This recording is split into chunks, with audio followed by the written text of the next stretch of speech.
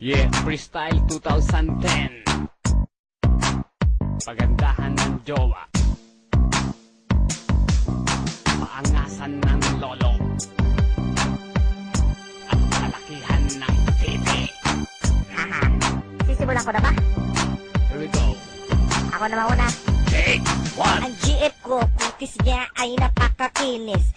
Yung GF mo, kutis ay parang sa atis. Ang GF ko, sunod sa akin sa isang bulong. Ang GF mo, mahaba ang buhok niya sa ilong. Kung tingin mo sa GF mo ay napakaganda, napakalaki naman ng kanyang panga. Tapos sasabihin mo na ang GF mo may good face. Bakit ang Sunrocks ginagawa niyang toothpaste? Kung ang GF ko, Sunrocks ang ginagamit pang sitilyo. Yung GF mo naman mukha ay parang ginanchilyo. Kaya wag ka na sa akin magpayabang, kasi ang GF mo pare ay napakatabang.